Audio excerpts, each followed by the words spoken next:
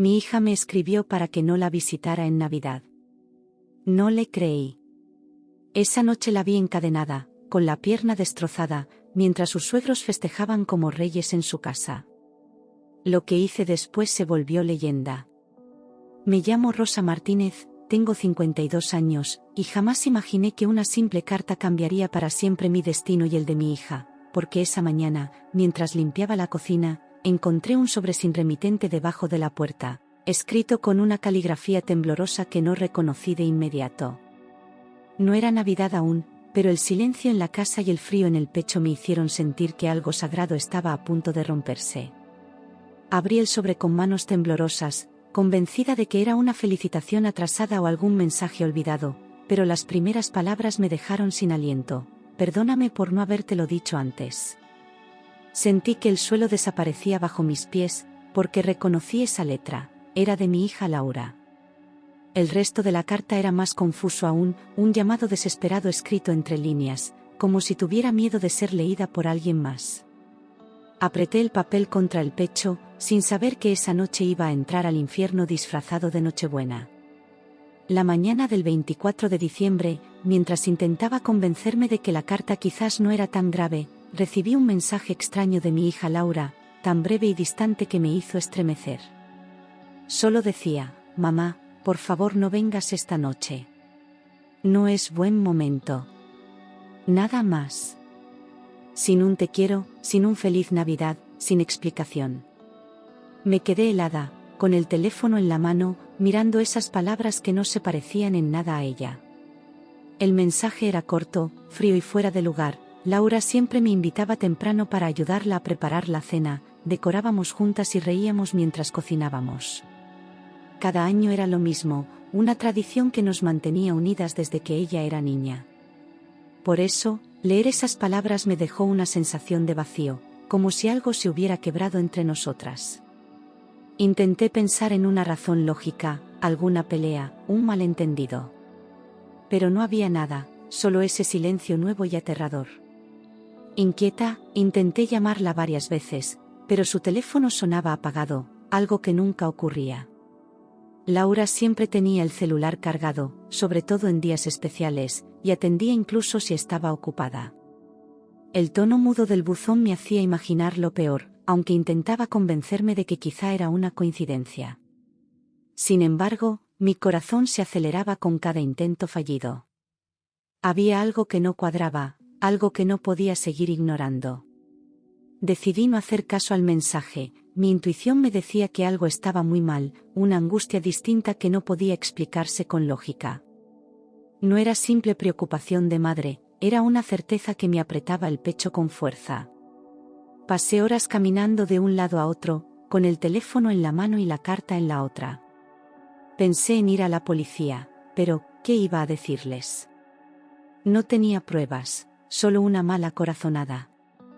Así que tomé una decisión: iría a verla con mis propios ojos. Preparé una pequeña cesta con comida y regalos, convencida de que mi hija estaba pasando por algún problema y no quería preocuparme. Puse su chocolate favorito, el suéter que había tejido para ella, y una carta que había escrito de madrugada sin saber si la leería. Todo lo envolví con cuidado, como si el acto de preparar algo hermoso pudiera protegerla de lo que fuera que estuviera ocurriendo. Mientras me vestía, recé en silencio por su vida, por su alma.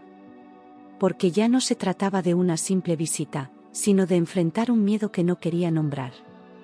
Al caer la noche, caminé hacia su casa, notando que todas las luces estaban encendidas excepto las del segundo piso, donde ella dormía.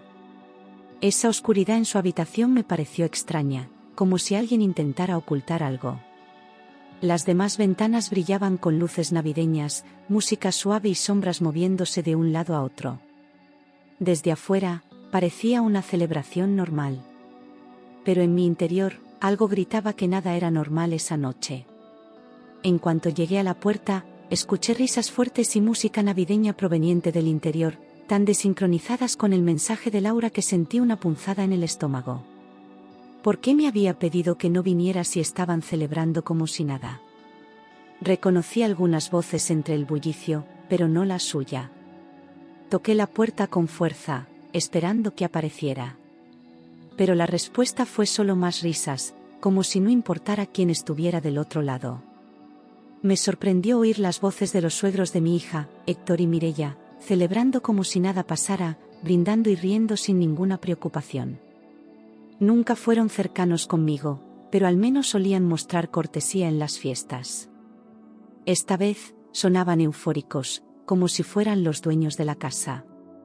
No mencionaban a Laura, no preguntaban por ella. Era como si ella no existiera, y eso me encendió todas las alarmas. Llamé varias veces, pero nadie abrió. Finalmente, noté que la puerta estaba entreabierta, como si alguien hubiera entrado con prisa o no le importara cerrarla bien. Empujé con cuidado, sintiéndome una intrusa en la casa de mi propia hija. El olor a comida caliente y vino caro flotaba en el aire, mezclado con una sensación densa que no sabía cómo describir. Di un paso dentro, conteniendo la respiración.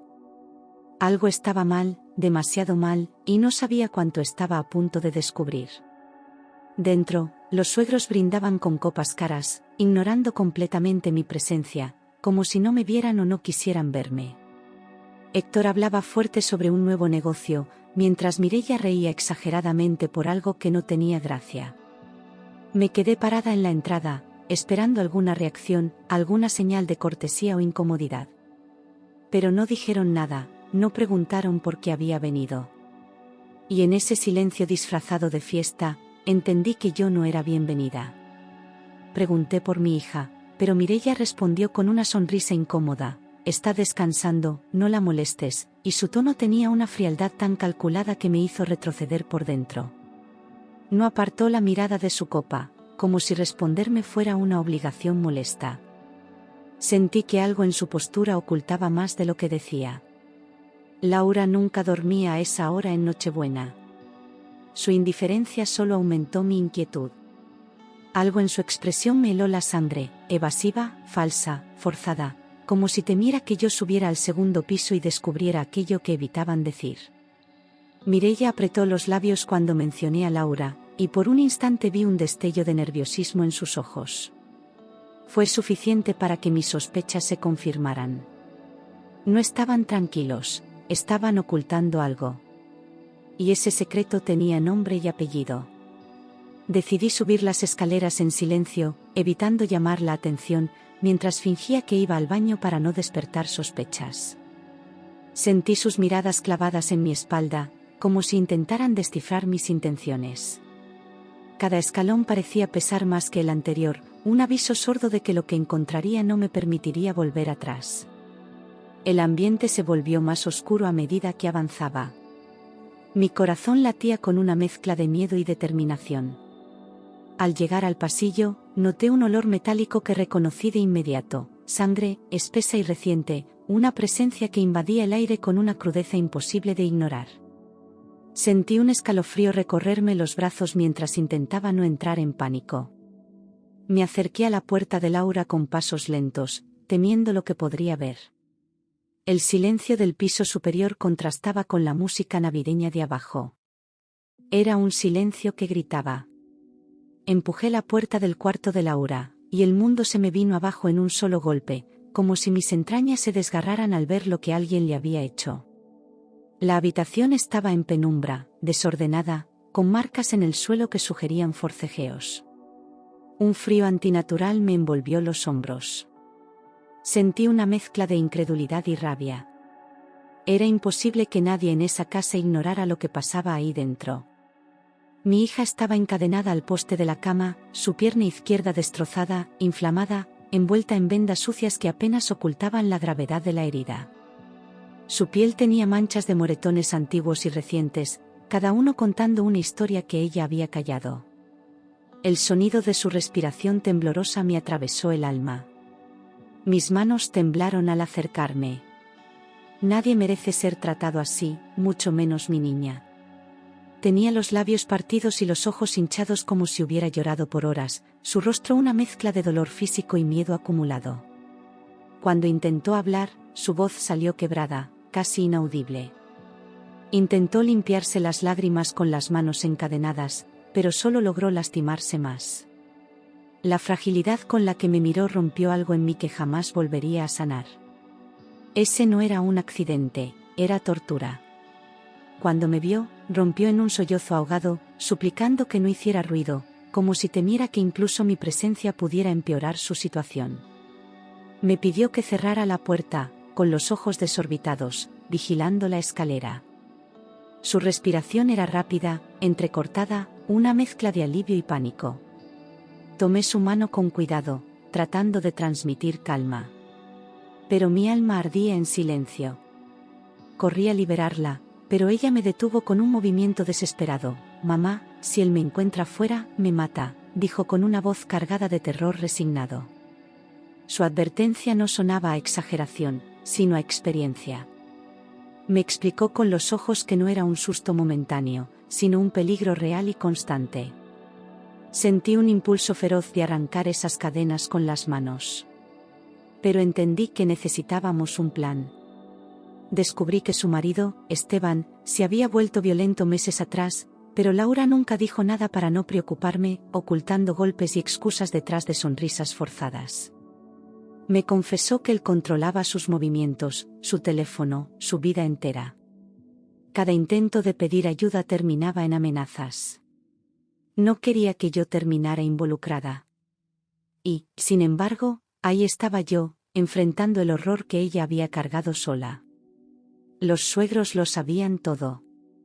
Incluso habían ayudado a encubrirlo, permitiendo que Esteban controlara a Laura sin que nadie sospechara.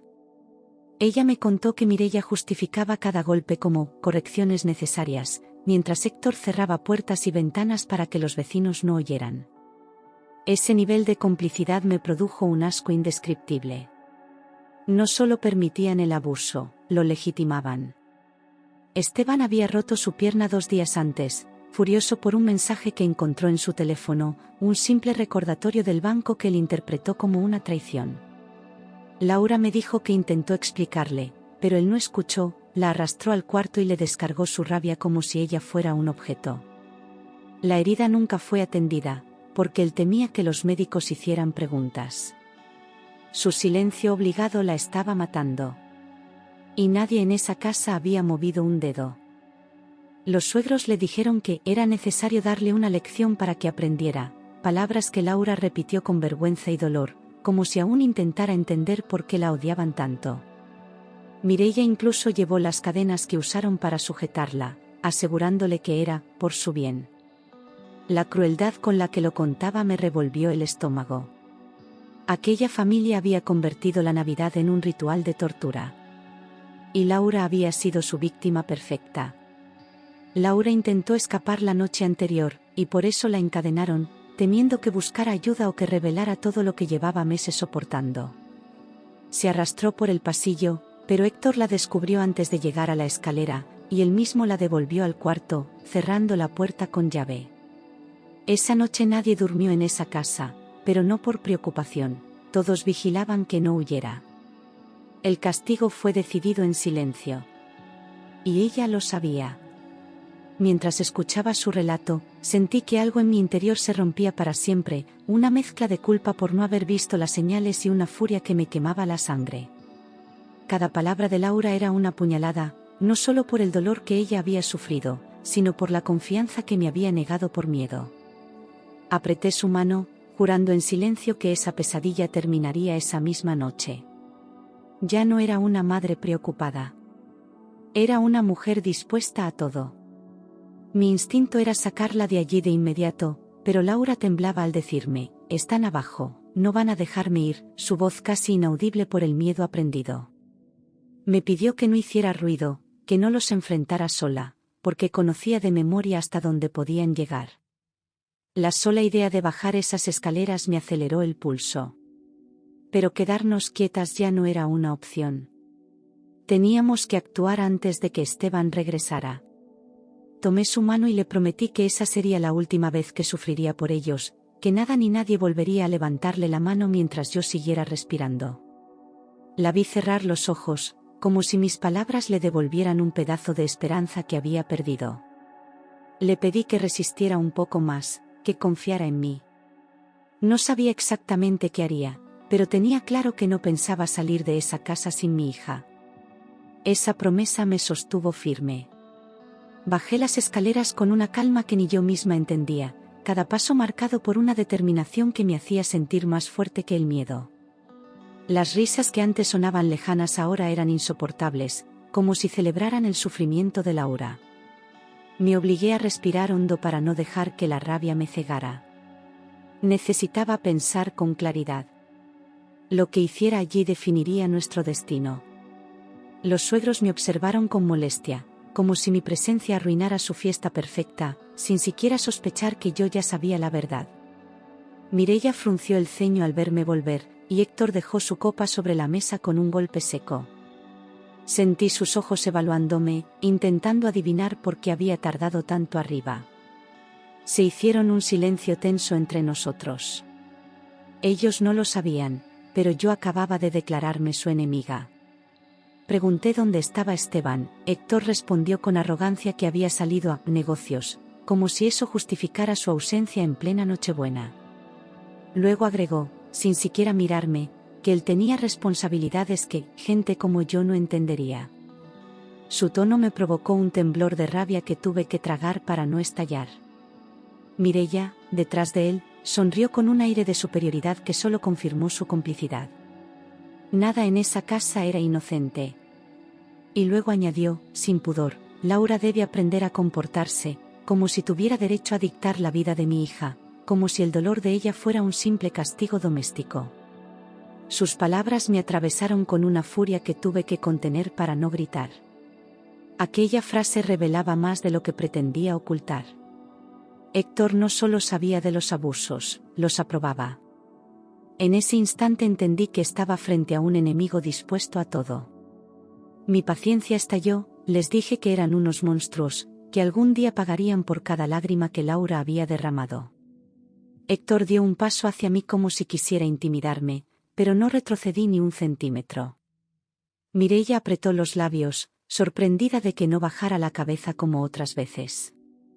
Mi voz temblaba, no de miedo, sino de indignación contenida. Ellos no merecían respeto, ni silencio. Mireia se levantó y me ordenó salir de la casa, señalando la puerta con un gesto imperativo que pretendía humillarme. La miré con un odio que jamás había sentido por nadie, un odio nacido del sufrimiento de mi hija. Su seguridad al hablar revelaba cuántas veces habían expulsado a personas que intentaron ayudar a Laura. Pero yo no iba a unirme a esa lista. Saldría, sí, pero no para rendirme. Salí, pero no para irme. Marqué un número que no había usado en muchos años, sintiendo mis manos temblar no por duda, sino por la gravedad de lo que estaba por iniciar. Caminé unos pasos lejos de la casa, respirando hondo para no quebrarme. El viento frío me golpeó el rostro como un recordatorio de que no había tiempo que perder. La decisión estaba tomada. Esa familia no volvería a tocar a mi hija. Era el de mi hermano Rafael, es policía y ahora investigador privado, un hombre duro, reservado y leal, el único capaz de enfrentar una situación como esta. Al escuchar su voz, sentí una mezcla de alivio y vergüenza por no haber pedido ayuda antes. No necesitó que le explicara mucho, reconoció la urgencia en mi tono. Sabía que si yo llamaba a esas horas, era porque algo grave estaba ocurriendo. Y no dudó en responder. Le dije solo una frase, Rafa, necesito ayuda. Mi hija está en peligro, palabras que salieron quebradas por la impotencia que llevaba acumulada desde que entré en esa casa. Hubo un silencio breve, denso, cargado de significado. Rafael comprendió todo sin que yo detallara nada. Respondió que ya iba en camino y que no me acercara más a los suegros. Esa promesa de apoyo me sostuvo de pie. En menos de 15 minutos, llegó con 2 compañeros de confianza, hombres discretos que habían trabajado con él en casos complicados. Sus rostros serios indicaban que venían preparados para lo peor. No hubo preguntas innecesarias ni dudas. Rafael me tomó del brazo y me pidió que lo guiara con calma. La sensación de que por fin tenía un respaldo real me devolvió el aire que había perdido. Entraron conmigo sin ruido, preparados para cualquier cosa, moviéndose con una precisión que solo quienes han visto demasiada violencia pueden tener. El ambiente dentro de la casa seguía tenso, cargado de música forzada y risas nerviosas. Mis pasos resonaban demasiado fuerte en mi propio oído, como si el tiempo se comprimiera. Rafael señaló a sus compañeros y cada uno tomó una dirección distinta. La operación había comenzado. Cuando Héctor los vio, trató de impedirles el paso, inventando excusas torpes sobre asuntos privados y fiesta familiar, pero Rafael le mostró su identificación con un gesto firme que cortó cualquier intento de resistencia. Héctor palideció al darse cuenta de que ya no tenía control sobre la situación. Sus manos temblaron ligeramente, aunque intentó ocultarlo. La fachada de autoridad que él tanto presumía empezó a desmoronarse. Y yo disfruté verlo perder terreno. En cuestión de minutos, aseguraron la planta baja y subieron conmigo al cuarto, moviéndose con urgencia contenida mientras yo guiaba el camino. Las risas se apagaron como si la casa entendiera que algo irreversible estaba en marcha. Cada escalón que subíamos me acercaba a la esperanza de liberar a Laura. Sentía mi corazón golpear con fuerza, pero ya no era miedo, era determinación pura. Nadie volvería a encadenarla. Laura lloró al ver a su tío. Él la abrazó con una delicadeza inesperada en un hombre tan duro, murmurando que ya estaba a salvo mientras evaluaba con rapidez cada herida. Sus ojos se oscurecieron con una furia silenciosa al notar el estado de su pierna. Con una navaja pequeña, cortó las cadenas sin dudar, como si hubiera esperado años para hacerlo. Laura se aferró a su brazo, temblando. Y por primera vez en mucho tiempo, creyó que podía sobrevivir. Uno de los compañeros llamó a emergencias, describiendo la situación como violencia doméstica severa, su voz firme y controlada, dejando claro que no había espacio para malentendidos. Pedía una ambulancia con urgencia, detallando síntomas y posibles riesgos. Mientras hablaba, miraba la habitación con indignación silenciosa. Sabía que aquello no era un caso aislado. Era el resultado de meses de horror deliberado. Los suegros gritaban desde abajo, negando todo y llamándonos dramáticos, intentando recuperar el control con insultos torpes que revelaban su nerviosismo. Escuché a Mireia jurar que Laura siempre exageraba, mientras Héctor aseguraba que todo era un malentendido familiar. Sus voces subían como un eco patético que intentaba tapar la verdad. Pero ya nadie les creía. El peso de la evidencia era más fuerte que sus gritos. Laura fue bajada en una camilla improvisada mientras Mireia insultaba a todo el mundo, acusando a los paramédicos de secuestrarla y exigiendo que la dejaran en la casa. Rafael se interpuso con calma peligrosa, advirtiéndole que se mantuviera lejos. La expresión de Laura, entre dolor y alivio, me desgarró el corazón. Cada movimiento de la camilla mostraba lo frágil que estaba. Pero también mostraba que, finalmente, estaba saliendo de ese infierno. Al escuchar sirenas en la distancia, Héctor intentó huir por la puerta trasera, empujando muebles y tropezando con botellas vacías mientras maldecía en voz baja. Su intento desesperado solo confirmó su culpabilidad. Rafael lo siguió con pasos firmes y calculados, sin necesidad de correr.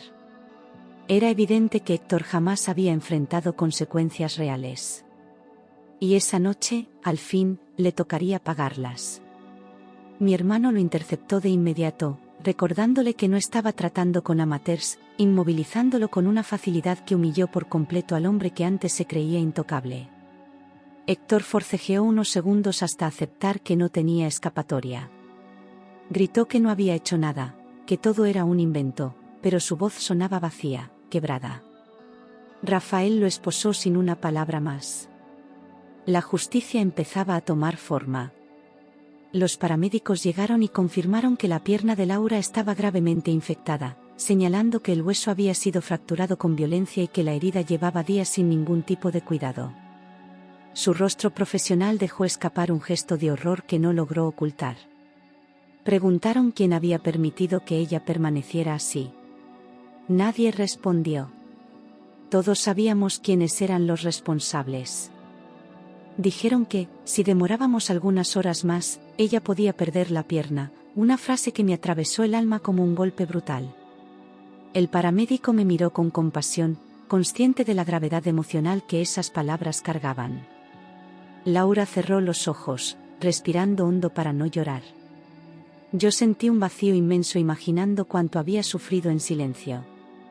Ese límite cercano entre vida y tragedia me marcó para siempre.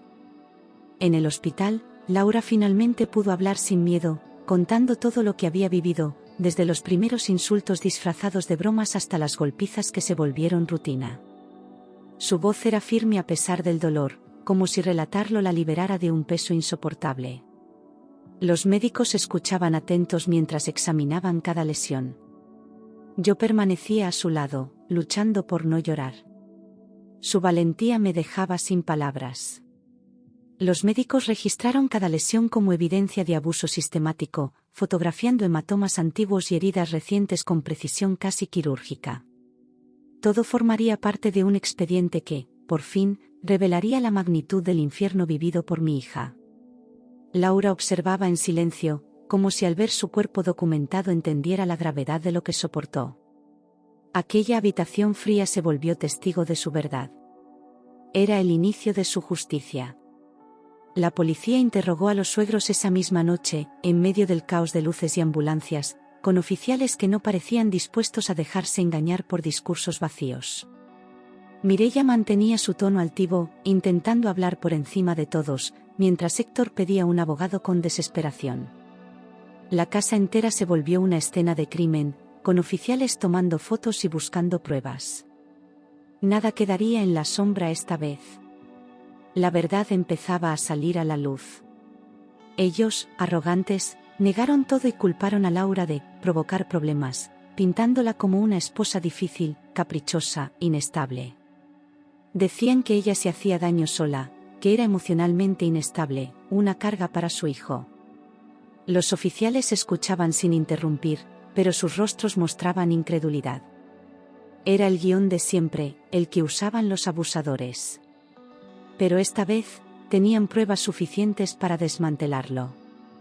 Pero las pruebas hablaban por sí solas: marcas antiguas, cicatrices, fracturas mal curadas, registros médicos sospechosos y una carta escrita con desesperación. El historial de Laura no dejaba lugar a dudas. Cada golpe había sido documentado por su propio cuerpo, cada silencio ahora tenía una voz. Incluso el estado en que la encontraron era prueba contundente. La justicia no podía mirar a otro lado. Esteban regresó a la casa a la madrugada, encontrándola llena de policías, patrullas y paramédicos, con una expresión de sorpresa que duró apenas segundos antes de transformarse en furia. Intentó acercarse, pero fue contenido por dos oficiales que ya tenían su descripción. Preguntó por su esposa con sarcasmo, como si aún creyera que podía controlarla. Yo lo vi desde lejos, y por un instante, sentí miedo. Pero ya era tarde para él. Intentó huir, pero fue detenido al instante, reducido con fuerza por los agentes que no le dieron tiempo a reaccionar. Gritó que todo era un error, que Laura estaba loca, que su madre lo confirmaría.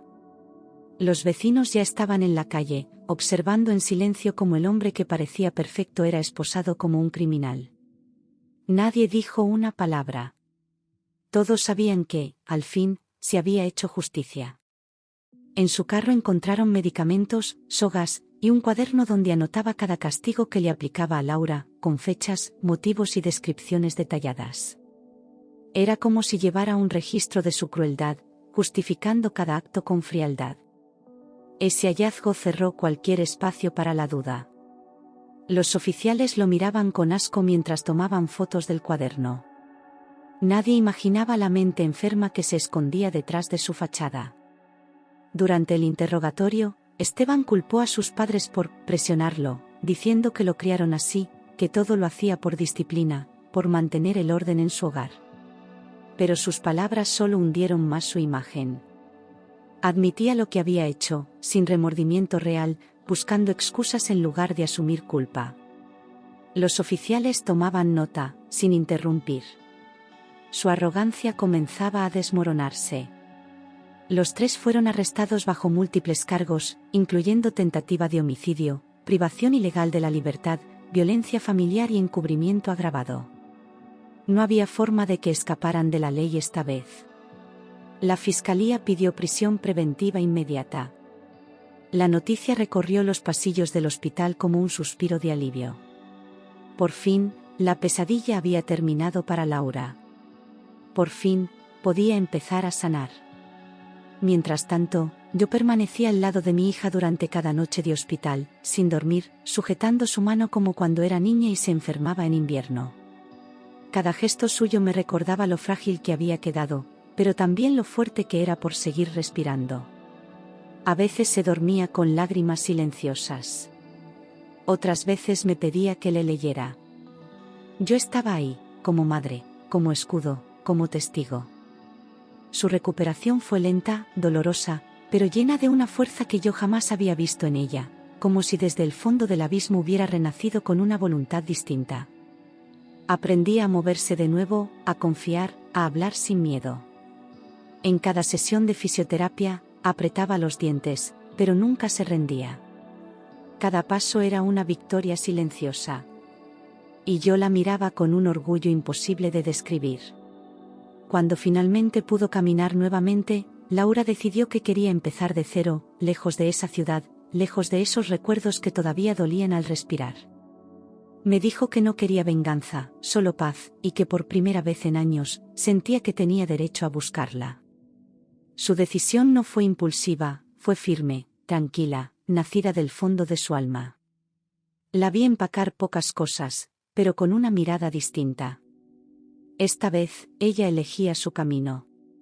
Con ayuda de Rafael, consiguió protección, terapia y un nuevo hogar lejos de su pasado, en un lugar donde nadie la conocía y donde su nombre no estaba atado al miedo. Mi hermano usó sus contactos para acelerar todo el proceso legal, asegurando que Laura no volviera a cruzarse con esa familia.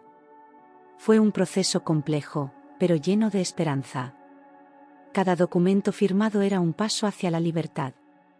Cada día lejos de ellos era una victoria. Yo vendí mi casa y me mudé con ella para que nunca más se sintiera sola, para recordarle que no importaba lo lejos que fuéramos, siempre estaríamos juntas. Dejé atrás mi trabajo, mis recuerdos, mi vida entera, sin dudar ni un segundo. Había cosas que se pierden para siempre, pero otras se eligen salvar. Laura era mi única prioridad. Y su seguridad, mi nueva razón de vivir. Las noticias sobre el caso se viralizaron, muchos la llamaron la mujer que renació en Navidad, y aunque ella no buscaba atención, entendía que su historia tenía poder. Algunos medios querían entrevistarla, otros usaban su imagen sin permiso. Laura se mantuvo al margen, sin buscar protagonismo. Pero cada palabra que compartía en grupos de apoyo se convertía en consuelo para alguien. Su voz, antes apagada, ahora guiaba a otras. Las autoridades endurecieron leyes locales gracias al impacto de su historia, creando nuevas rutas de protección para víctimas y penas más severas para abusadores. Se discutieron reformas urgentes en los tribunales y en las comisarías. Por primera vez en mucho tiempo, la ley parecía escuchar. Laura fue llamada a dar testimonio en una comisión especial. Su dolor ayudó a cambiar el sistema. Mujeres de toda la región comenzaron a escribirle, inspiradas por su valentía, compartiendo sus propias historias, pidiéndole consejos o simplemente dándole las gracias por haber hablado. Algunas incluso llegaron a buscarla en persona. Yo la veía responder con respeto y empatía, sin victimizarse, solo escuchando y tendiendo la mano. Laura no solo había sobrevivido, se había convertido en refugio. Y en fuerza para muchas. Laura convirtió su dolor en misión, creó un grupo de apoyo para víctimas de violencia doméstica, donde cada semana escuchaba, orientaba y acompañaba a mujeres que no sabían por dónde empezar. No era terapeuta, pero hablaba desde la experiencia. Su espacio se llenó de vida, de llanto compartido, de abrazos necesarios. Cada reunión era un acto de resistencia. Cada historia, una promesa de que nadie más sufriría en silencio. Cada Navidad, recordamos aquella noche oscura, y cómo conseguimos transformarla en luz, no como una herida abierta, sino como un punto de partida. No ponemos luces elegantes ni decoraciones exageradas. Solo encendemos una vela en silencio y nos damos la mano. A veces lloramos, a veces reímos, pero siempre agradecemos. ¿Por qué sobrevivimos? Y por qué elegimos vivir sin miedo. Y aunque muchos dicen que exagero cuando cuento lo que pasó, una cosa es cierta: lo que hice por mi hija se volvió leyenda, y lo haría 1000 veces más, sin dudar, sin temer, con las mismas manos que alguna vez sintieron que no podían más. Ser madre es ver el peligro y caminar hacia él. Es sostener, es luchar, es renacer junto con tu hija. Laura me salvó tanto como yo la salvé a ella. Y por eso, esta historia es nuestra. Porque ninguna noche es tan oscura como para apagar la esperanza, y ningún monstruo es tan fuerte como el amor de una madre decidida. Lo que comenzó con una carta y un mensaje de silencio, terminó con una familia reconstruida y muchas vidas transformadas. Esta no fue solo la historia de Laura. Fue la de todas las que un día deciden romper el ciclo. Y aunque dolió, valió la pena cada segundo. Porque vencimos. Con el paso de los meses, Laura comenzó a recuperar no solo su cuerpo, sino también esa parte de su alma que había quedado atrapada en la oscuridad. Cada amanecer la encontraba más firme, más segura, más consciente de su propio valor. A veces, mientras la observaba preparar café o abrir las ventanas de nuestra nueva casa, me sorprendía la serenidad que irradiaba. Era como ver nacer a una mujer distinta, hecha de cicatrices, pero también de una fortaleza que nadie podría arrebatarle jamás. Yo también cambié, aunque tardé mucho en admitirlo. Había vivido años creyendo que conocía a mi hija, sin imaginar todo lo que había ocultado para protegerme. Y sin embargo, nunca la sentí tan cercana como ahora. Nuestro vínculo se fortaleció en el silencio de las madrugadas y en las conversaciones que antes no nos atrevíamos a tener. Aprendimos a decirnos la verdad sin miedo. Aprendimos a curarnos juntas. Y en ese proceso, encontré una parte de mí que creí perdida. A veces volvía a mi mente la imagen de los suegros celebrando mientras mi hija sufría en el piso de arriba, y un temblor me recorría el cuerpo. Pero ya no era rabia ni culpa, era memoria, un recordatorio de lo necesario que fue romper ese ciclo de silencio. Comprendí que las sombras solo ganan cuando se las deja crecer. Aquella noche, sin saberlo, yo había encendido la primera luz. Y esa luz había sido suficiente para derrumbar un imperio de abusos. Rafael siguió acompañándonos de cerca, vigilando que nadie intentara acercarse a Laura, incluso cuando los juicios avanzaron sin contratiempos. Lo veía más sereno, como si ayudar a su sobrina hubiera sido también una forma de redención para él. A veces llegaba con comida o con historias que la hacían reír. Él también estaba sanando. Y aunque nunca lo dijo en voz alta, su mirada revelaba el orgullo de haber llegado a tiempo. Cuando el juicio terminó y los culpables recibieron sentencias ejemplares, Laura respiró como si por primera vez el aire le perteneciera. No celebró, no gritó, no se derrumbó. Solo cerró los ojos y dejó que una lágrima silenciosa escurriera por su mejilla.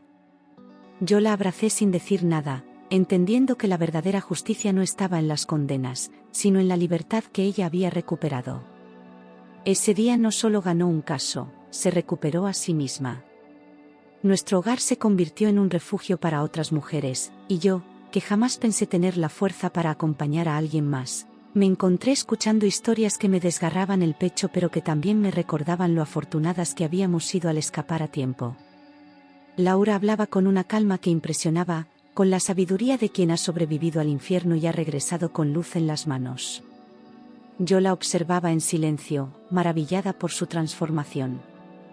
Una tarde, mientras caminábamos juntas por la plaza del nuevo vecindario, Laura tomó mi brazo y dijo que quería estudiar para apoyar profesionalmente a víctimas de violencia. Su determinación no dejaba espacio para dudas. Era como si todo su dolor hubiera encontrado propósito. Le sonreí con el corazón hinchado, sabiendo que esa decisión la llevaría aún más lejos de su antiguo miedo. Estaba lista para reescribir su destino.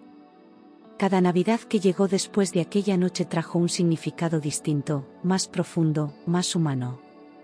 Ya no celebrábamos con grandes reuniones ni mesas llenas de comida. Celebrábamos nuestra supervivencia. Encendíamos una vela por las mujeres que aún no podían escapar, por las que habían logrado liberarse y por las que necesitarían fuerza para intentarlo. Nuestra Navidad ya no era un ritual de tristeza, era un himno de esperanza. A veces, cuando cuento lo que pasó, la gente me mira como si exagerara o buscara dramatismo, pero no me importa. La verdad no necesita permiso para ser creída. Y cada palabra que pronuncio es una advertencia disfrazada de historia, un recordatorio de que el horror puede esconderse detrás de una puerta bien decorada. Lo que hice por mi hija no fue heroico. Fue maternal. Fue humano. Fue necesario. Hoy, al mirar a Laura caminar con paso firme y sonrisa tranquila, sé que la leyenda no nació de mi valentía, sino de la fuerza con la que ella decidió vivir. Yo solo fui la mano que la sostuvo cuando ya no podía más. Ella hizo el resto. Y por eso, mientras viva, repetiré esta historia, para que ninguna mujer crea que está sola, para que ninguna madre dude de su intuición, y para que todos entiendan que incluso en la noche más oscura, siempre existe una puerta hacia la luz.